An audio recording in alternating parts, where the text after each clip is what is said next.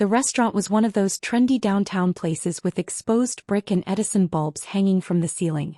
My brother Marcus had chosen it specifically because he knew I'd find it pretentious, which was exactly his style. Everything Marcus did was calculated to remind me of my place in the family hierarchy, firmly at the bottom. "So, Rachel," Marcus said, cutting into his $40 steak with the kind of precision that surgeons use. The irony wasn't lost on me. "Mom mentioned you're taking some kind of exam again? Another attempt at medical school?" I kept my eyes on my pasta, twirling the fork slowly. "Just a certification exam." "Another one?" My sister-in-law Jessica laughed, the sound sharp and unkind. "Honey, how many times have you failed these things? At some point you have to accept reality." "4 times," Marcus said helpfully, holding up 4 fingers like I was a child who needed a visual aid. "She's failed the MCAT 4 times. That's got to be some kind of record." "Marcus," Mom said, but her tone was gentle, almost pitying. "Rachel's trying her best. Not everyone is cut out for medical school. There's no shame in that." "Exactly," Dad agreed, reaching for his wine. "Rachel, you're 28 years old. Maybe it's time to accept that medicine isn't your path. Have you thought about dental hygiene? Or radiography? Those are good medical-adjacent careers that don't require the same level of intellectual rigor." I took a sip of water, the glass cold against my palm. 10 years. 10 years of these dinners, these conversations, these casual assassinations of my character disguised as family concern. "I'm doing fine," I said quietly. "Are you though?" Marcus leaned back in his chair, his expression one of exaggerated concern. "Because from where I'm sitting you're nearly 30, still living in that tiny apartment, working some vague hospital job you never talk about and repeatedly failing entrance exams. That doesn't sound fine. That sounds like someone who needs an intervention." "Marcus graduated magna cum laude from Princeton," Jessica added, placing her hand on my brother's arm. "Pre-law, then Yale Law School. He made partner at his firm by 32. That's what success looks like, Rachel. That's what happens when you're actually smart enough for your chosen field." "Jessica," I said calmly, "I didn't ask." "Don't be rude," Mom chided. "Jessica's just trying to help. We all are. Sweetheart, we love you but we're worried. This obsession with becoming a doctor. It's not healthy. You've been trying for a decade. At some point you have to face facts." "What facts?" I asked, though I knew exactly what was coming. "That you're not doctor material," Dad said bluntly. "You barely passed organic chemistry. You failed the MCAT 4 times. Medical schools have rejected you, what, 6 times now? 7. Rachel, these institutions are telling you something. Maybe it's time to listen."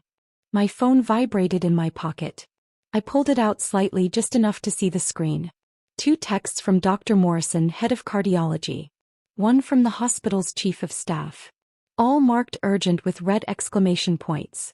"Really?" Marcus said, his voice dripping with disdain. "We're at a family dinner, Rachel. Can't whatever minimum wage hospital job you have wait for an hour?" "It might be important," I murmured. "It's never important," Jessica said. "That's the thing about entry-level positions. You're replaceable. Unlike Marcus, when his firm calls, it actually matters. Lives and millions of dollars are at stake." I silenced my phone and slipped it back into my pocket. The text would have to wait. This was family time after all. This was what I'd driven across town for on a Friday night. To be reminded that I was a disappointment, a failure, someone who couldn't cut it in the field I'd supposedly chosen. "You know what I think?" Marcus said, and I knew from his tone that I didn't want to hear it but would have to anyway. "I think you're addicted to the idea of being a doctor because it sounds prestigious. But you don't actually have what it takes. You want the status without doing the work." "That's not fair," Mom said softly. "Rachel works very hard." "At what?" Marcus challenged. "She won't even tell us what her job title is. She says she works at Metropolitan General, but doing what? Taking patient histories?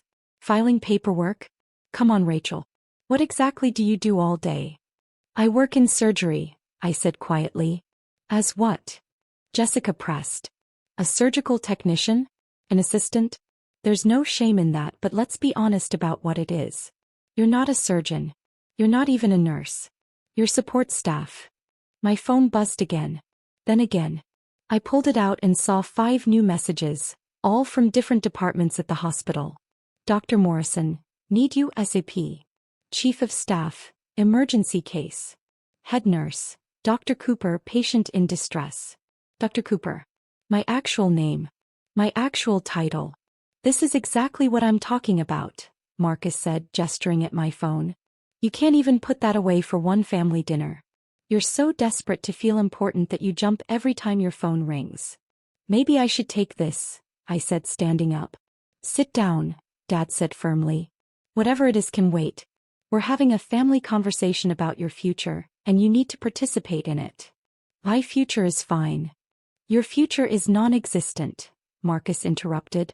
You're almost 30, Rachel. You have no career prospects, no advancement opportunities, no relationship because you spend all your time pretending to study for exams you'll never pass. This is an intervention. We're trying to help you. I don't need help, I said, my voice tighter than I'd intended. Yes, you do, Jessica said, and she actually sounded sincere, which somehow made it worse. Rachel, I work in HR. I see resumes all day long. When someone's been studying for med school for 10 years with nothing to show for it, that's a red flag. That tells employers you're not goal-oriented, not realistic about your abilities, not someone they want to hire. Good thing I'm not job hunting then, I said. But you should be, Mom said earnestly. Honey, you should be looking for a real career. Something stable. Something you're actually qualified for. Have you thought about healthcare administration? Or medical records? You could still be around medicine without having to, She trailed off delicately. Without having to be smart enough to actually practice it? I finished for her. Don't put words in my mouth, Mom said, looking hurt. I'm trying to be supportive. This is support? I asked quietly. Telling me I'm not smart enough, not qualified enough, not good enough? It's called being realistic, Marcus said. Look, I get it. You want to be a doctor. That's admirable. But wanting something doesn't make you capable of achieving it. I want to be an astronaut, but I don't spend 10 years failing NASA applications and calling it dedication. Marcus is right, Dad said. Rachel, you need to let this dream go. It's becoming pathological. You're wasting your life chasing something you'll never catch. My phone started ringing. Dr. Morrison's number. I declined the call, but immediately another came through from the ER. Answer it, Marcus said with exaggerated magnanimity. Clearly your filing job needs you urgently. We'll wait. I answered the call, turning slightly away from the table. Dr. Cooper. Dr. Cooper, thank God. It was Dr. Morrison, and his voice was tight with urgency. We have a critical situation. Marcus Foster just came into the ER with severe chest pains. EKG shows ST elevation. We're looking at a major myocardial infarction. He needs immediate catheterization, possibly emergency bypass. I need you here now. The restaurant suddenly felt very far away. Marcus Foster. You're certain? Positive. 34-year-old male, attorney. Wife says he's been having chest pains all evening but refused to come in until they became unbearable. Dr. Cooper, his LAD is almost completely blocked. If we don't operate in the next hour, we're looking at massive cardiac damage or death. I closed my eyes briefly. My brother. My insufferable, condescending brother who'd spent the last hour explaining why I'd never be a doctor. The universe had an incredible sense of timing. I'm 15 minutes away, I said. Prep the cath lab. Get the surgical team ready. And Dr. Morrison? Make sure someone explains to the family exactly what we're dealing with. Complete transparency. Understood. The wife is here, Jessica Foster. Should I mention you're the surgeon? Not yet. I'll handle that when I arrive. I ended the call and turned back to the table. Everyone was watching me with varying expressions of annoyance and impatience. I have to go, I said simply. There's an emergency. Of course there is, Marcus said, rolling his eyes. Let me guess, they need someone to sterilize equipment? File some urgent paperwork. Something like that, I said, grabbing my coat. This is ridiculous, Jessica said. Marcus is trying to help you and you're running away from the conversation. I'm not running from anything, I said. I have an emergency at the hospital. They have other staff, Dad said dismissively. Whatever menial task they need you for, someone else can handle it. This one requires me specifically, I said, already moving toward the door. Wait, Mom called. Rachel, please. We're just trying to help you. Can't you see that? I paused at the door looking back at my family. Mom's concerned face. Dad's disappointment. Jessica's pity.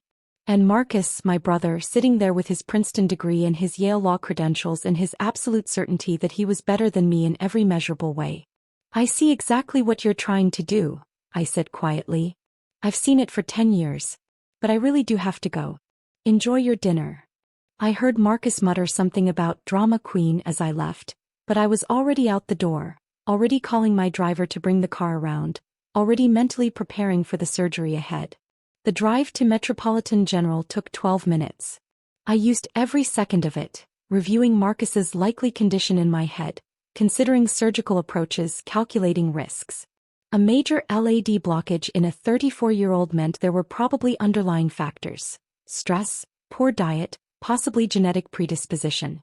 I'd have to review his full medical history. My phone rang continuously.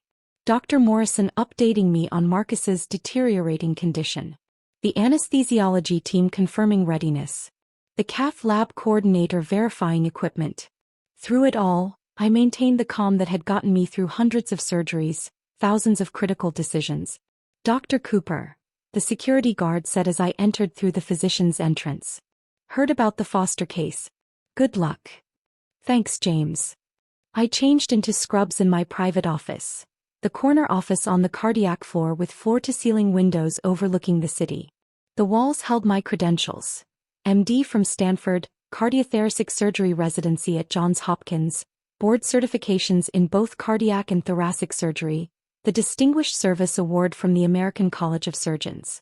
10 years of work of building Metropolitan General's cardiac program from good to exceptional. But my family had never seen this office. They'd never seen any of it. For 10 years I'd kept my professional life completely separate from my family, specifically to avoid conversations like the one I'd just left. If they didn't know I was a surgeon, they couldn't mock my failures or diminish my achievements. They could just think I was a failure, period, and I could ignore them while I saved lives. Dr. Morrison met me outside the cath lab. He's stable for now, but barely.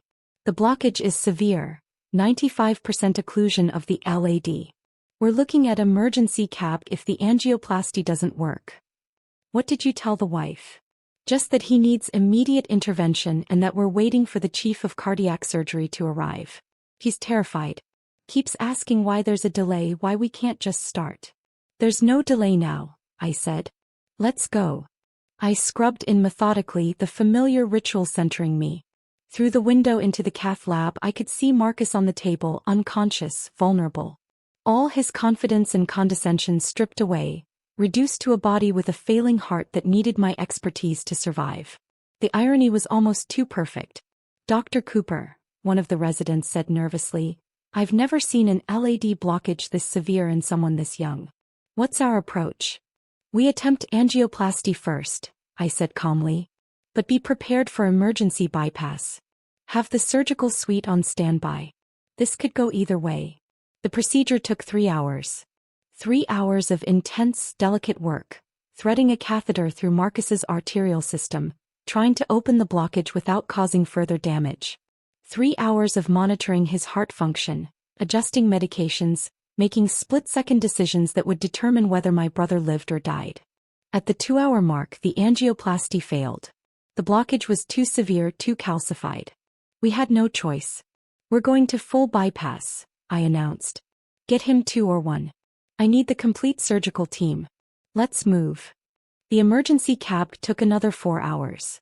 4 hours of stopping my brother's heart, rerouting his blood flow through a machine, harvesting a vein from his leg to bypass the blocked artery, restarting his heart and hoping it would beat on its own. 4 hours of being the only thing standing between Marcus and death. Beautiful work, Dr. Cooper, Dr. Morrison said as we closed. That was some of the finest cardiac surgery I've ever witnessed. Team effort, I said, but I was satisfied. The surgery had gone as well as possible given the circumstances. Marcus would live. He'd need months of recovery and significant lifestyle changes, but he'd live. I stripped off my surgical gloves and headed to the waiting room where Jessica was pacing frantically. My parents had arrived at some point. I could see them through the window, sitting together on the institutional chairs, looking older and more frightened than I'd ever seen them. Jessica saw me first. She rushed over, her face blotchy from crying. "Are you a doctor? Is Marcus okay?" "They won't tell me anything, just that the chief of cardiac surgery is operating on him." "Is he alive? Please tell me he's alive." "Marcus is stable," I said gently. "The surgery went well. He had a severe blockage in his left anterior descending artery, the widowmaker we call it. We had to perform emergency coronary artery bypass grafting. He'll need several weeks of recovery, but the prognosis is good." "Oh, thank God," Jessica sobbed. "Thank you. Thank you so much. You saved his life. You saved my husband's life." Mom and Dad had approached during this exchange. They stood behind Jessica, and I saw the exact moment they recognized me. The shock, the confusion, the dawning comprehension. "Rachel," Mom whispered. "What are you doing here?" "I work here," I said calmly. But you said you had to leave for an emergency. You're wearing scrubs. You look like..." She trailed off, unable to complete the thought. "Dr. Cooper?" A voice called from behind me. One of the residents was approaching with a tablet. "Sorry to interrupt, but we need your signature on the post-op orders for the Foster case. Also, the hospital board wants to know if you'll be available for the cardiac wing expansion meeting tomorrow morning." I took the tablet, reviewed the orders, and signed them digitally. "Tell the board I'll be there. And make sure Mr. Foster's cardiac rehab program is scheduled for next week." "Yes, Dr. Cooper." "Thank you, Dr. Cooper." The resident left. My family stood frozen, staring at me like I'd suddenly transformed into a different person. "Dr. Cooper?" Dad repeated faintly. "That's my name," I confirmed. "Dr. Rachel Cooper, Chief of Cardiac Surgery at Metropolitan General Hospital. I've held that position for the last 6 years." "That's impossible," Jessica said, but her voice lacked conviction. Marcus said you work in the hospital, but you're not a doctor. You failed the MCAT 4 times." "I never took the MC," I said quietly. "I didn't need to. I got into Stanford Medical School on early acceptance when I was 20. I graduated at the top of my class 4 years later. I completed my cardiothoracic surgery residency at Johns Hopkins. I've been a practicing cardiac surgeon for 8 years. But..." Mom's face was crumbling. "But you said you were taking certification exams. You said you failed medical exams." "I never said any of that," I corrected gently. "You assumed." "I was taking board recertification exams, standard procedures that all surgeons undergo every few years. I've never failed a single one. But every time I tried to explain, you talked over me, told me I was delusional, suggested I give up on my fantasy of being a doctor." "The MCT failures," Dad said slowly. "Marcus said." "Marcus was wrong," I said. "He saw some mail from the American Board of Thoracic Surgery and assumed it was MCT results. I tried to correct him, but he was already laughing about it, already telling the family I'd failed again. It was easier to just let you all believe what you wanted." "Easier." Mom's voice broke. "Rachel, you let us think you were a failure. You let us think you were barely scraping by, working some entry-level hospital job. How could that be easier?" "Because the alternative was fighting for recognition I was never going to get," I said, and felt something crack open inside me. "Every time I tried to tell you about medical school, you said I was lying. When I invited you to my graduation from Stanford, you said it was probably a degree mill and you weren't wasting your time. When I was featured in Cardiac Surgery Today for pioneering a new bypass technique, I sent you the article. Dad, you threw it away without reading it. The silence that followed was absolute. So I stopped trying," I continued. "I built my career, I saved lives, and I let you think whatever you wanted to think. It hurt less than constantly fighting for validation that never came." "Oh my God," Jessica whispered. She was staring at me with a new expression. Not pity or condescension, but horror. "You just operated on Marcus. You just saved his life. And at dinner you called me support staff," I finished. "You said I wasn't smart enough for medicine. You said I was wasting my life on a fantasy." I paused. "You were wrong. Rachel," Dad said, and his voice was shaking. "I don't understand.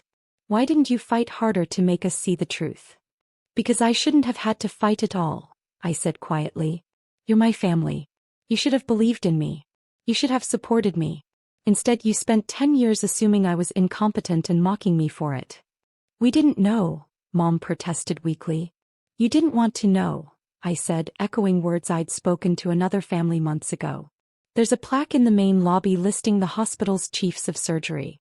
My name is on it. You've walked past it dozens of times. You never even looked. I gestured to the wall behind them, where framed photos of the hospital's department heads hung in a neat row. My official portrait was there. Dr. Rachel Cooper, Chief of Cardiac Surgery, standing in front of an operating room in full surgical gear. That's been there for 6 years, I said. You've been in this hospital at least 20 times. When Marcus had his appendix out, when Dad had his knee surgery, when Mom had that scare with the mammogram. Every time you walked right past that photo and never recognized your own daughter. The reality of it seemed to hit them all at once. Jessica actually swayed on her feet, grabbing a chair for support. Can I see him? She asked weakly. Can I see Marcus? Soon, I said. He's in recovery now. He's still sedated but stable. Dr. Morrison will come get you when he's ready for visitors. Will you be his surgeon? Jessica asked. For the follow-up care? Of course, I said. He's my brother. I'll make sure he gets the best care possible. Because you're the best, Dad said softly, and there were tears in his eyes now. Because he's family, I corrected, just as I had with another patient's family. Though yes, I am very good at my job. Rachel, Mom started, but I held up a hand. I need to check on my other patients, I said. There are 3 more surgeries scheduled for tomorrow and I have rounds in an hour. Dr. Morrison will update you on Marcus's condition. Wait, Dad said urgently. Please. We need to talk about this. We need to apologize. You can apologize to Marcus when he wakes up, I said. Apologize for the stress that contributed to his heart attack. Apologize for teaching him that success means tearing other people down. Apologize for creating a family dynamic where mockery passed for love. That's not fair, Mom protested. Isn't it? I asked. Marcus learned somewhere that it was acceptable to spend an entire dinner telling me I was a failure. He learned that from watching how you treated me. How you all treated me. I started to walk away, but Jessica's voice stopped me. The exam, she said quietly. At dinner, when Marcus asked about another failed exam. What was that really? I turned back. Board recertification in advanced cardiac procedures. I passed with the highest score in the country. They're naming a new surgical technique after me. The Cooper method for minimally invasive coronary bypass. The information hung in the air between us. Jesus Christ, Jessica breathed. We were so cruel to you. And the whole time you were. I was exactly who I've always been, I said. A cardiac surgeon. The chief of my department. Someone who saves lives every single day. You just never bothered to see it. Dr. Morrison appeared at that moment, saving me from further conversation. Dr. Cooper? Mr. Foster is awake and asking for his wife. Also, the hospital administrator wants to speak with you about the media requests. Apparently word got out that you successfully performed emergency surgery on a patient with a 95% LAD blockage. Cardiac surgery departments across the country are requesting details on your approach. Tell administration I'll handle media requests after I've completed my rounds, I said. And yes, Mrs. Foster can see her husband now. Dr. Morrison, please escort her to recovery. Jessica looked between me and Dr. Morrison, still processing. Media requests? Other hospitals want to know what you did. The surgery Dr. Cooper performed was extremely complex, Dr. Morrison explained. Very few surgeons could have pulled it off successfully. Your husband is alive because he had the best cardiac surgeon in the state operating on him. In the country, I corrected mildly. According to the American College of Cardiology's rankings. Dr. Morrison smiled. In the country, he agreed. Mrs. Foster, if you'll follow me? Jessica left with Dr. Morrison, casting one more shocked glance back at me. My parents remained standing in the waiting room like lost children. Rachel, Mom said finally. Can we please talk? Really talk? About what? I asked. About how you spent 10 years telling me I wasn't smart enough. About how you consistently dismissed every achievement I mentioned. About how you taught Marcus that it was acceptable to mock his own sister. We made a terrible mistake, Dad said. We were wrong about you. Completely wrong. Can you forgive us? I looked at them. These people who'd given birth to me, raised me, and then spent a decade systematically undermining everything I'd achieved. Part of me wanted to rage at them, to list every hurt, every dismissal, every casual cruelty. Part of me wanted them to hurt the way I'd hurt. I was tired. So tired of carrying this weight. I don't know, I said honestly. Maybe. But not today. Today I have patients who need me. People who depend on me. Lives to save. Can we see Marcus with you? Mom asked. Can we be there when you check on him? I considered that. If Marcus wants you there, yes. But I'm his doctor first, his sister second. In that room what I say goes. Understood. They nodded eagerly, desperately. I led them through the hospital corridors, past the plaques and photos and awards they'd never noticed. Past the cardiac excellence wing that I'd designed and funded. Past the research laboratories where we were pioneering new surgical techniques. Past the memorial wall with photos of patients I'd saved. Over 3,000 surgeries in 8 years, one of the highest success rates in the country. This is incredible, Dad whispered, looking around. You did all this? I helped, I said. The cardiac program at Metropolitan General was struggling when I arrived. We've transformed it into one of the top programs in the nation. We attract patients from around the world. And you're the chief, Mom said, as if finally understanding. You're in charge of all of this. Yes. We reached Marcus's recovery room. He was awake, pale and weak, but alive. Jessica was holding his hand, crying quietly. Marcus's eyes found mine when I entered. Rachel. His voice was hoarse from the breathing tube. What are you doing here? I'm your surgeon, I said simply. I performed your emergency coronary artery bypass grafting approximately 3 hours ago. You had a 95% blockage in your left anterior descending artery. We had to harvest a saphenous vein from your left leg to create a bypass around the blockage. Marcus stared at me. You're my surgeon? I'm the chief of cardiac surgery at Metropolitan General, I said. I have been for 6 years. Before that, I completed my residency at Johns Hopkins after graduating from Stanford Medical School. But, Marcus looked confused, disoriented. But you failed the MCAT, you said. I never took the MCAT, I interrupted gently. I was accepted to Stanford on early admission. I graduated at the top of my class. I've never failed a medical exam in my life, Marcus.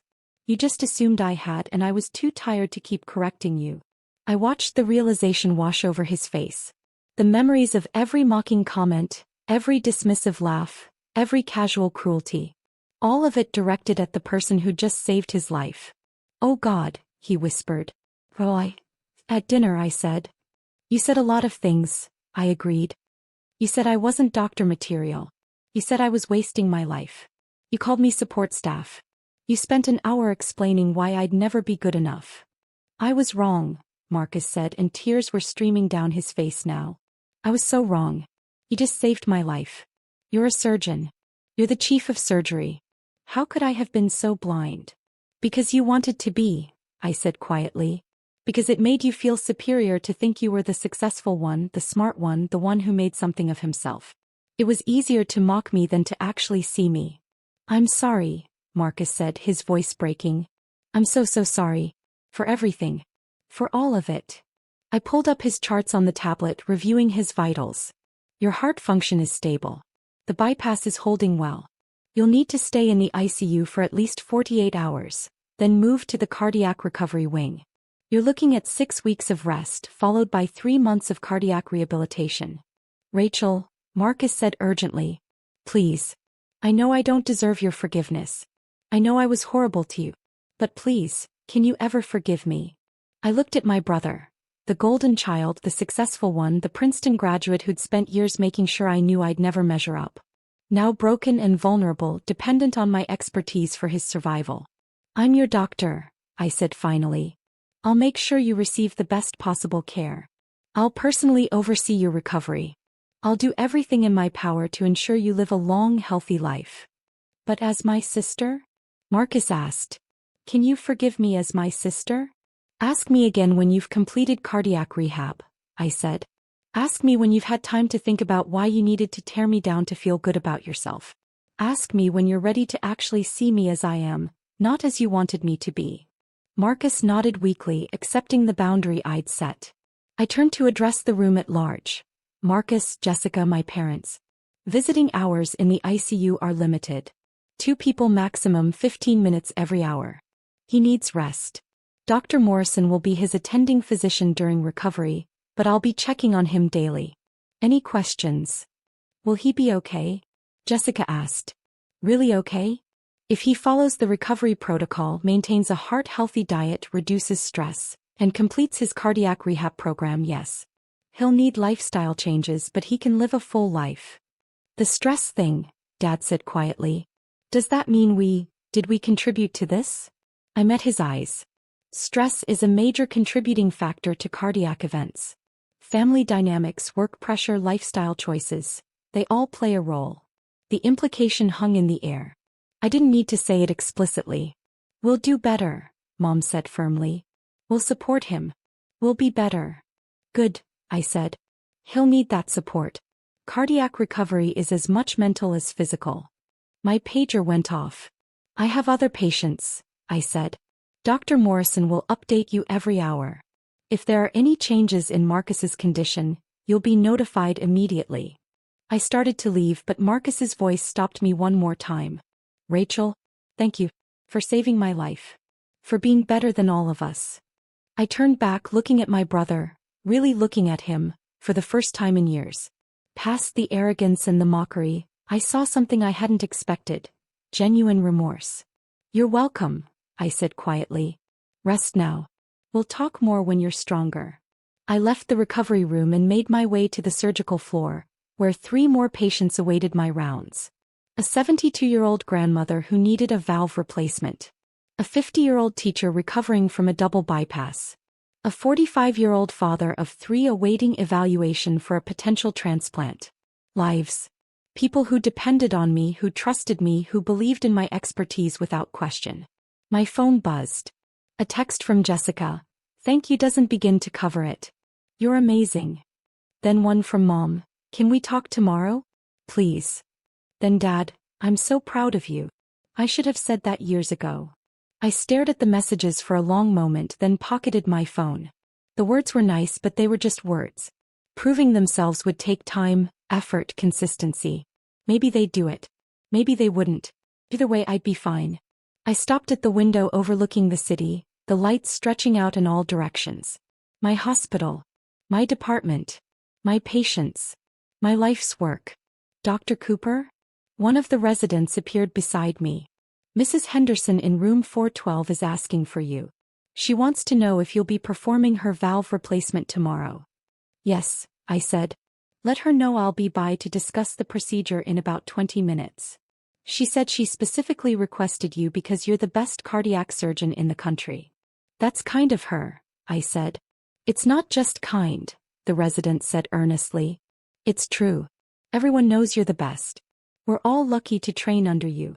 I smiled slightly. Thank you. That means a lot. The resident left, and I remained at the window for one more moment, letting the peace of the evening settle over me. I was Dr. Rachel Cooper, Chief of Cardiac Surgery. One of the top surgeons in the country. Someone who'd saved thousands of lives through skill, dedication, and relentless pursuit of excellence. My family hadn't seen it, hadn't believed it, hadn't supported it.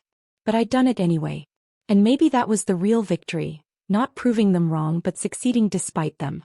Building a career so impressive, so undeniable, that even their dismissal couldn't diminish it. I pulled out my phone and sent a group text to my parents and Marcus. Family therapy. All of us. If you're serious about rebuilding, we do it properly with professional help. Let me know. 3 responses came within minutes. All said yes. It wasn't forgiveness. Not yet. But it was a possibility. A door left open. For now, though, I had Mrs. Henderson waiting. I had surgeries to plan, residents to teach, lives to save. I was exactly where I was supposed to be, doing exactly what I was meant to do. And I was damn good at it. My family would just have to catch up.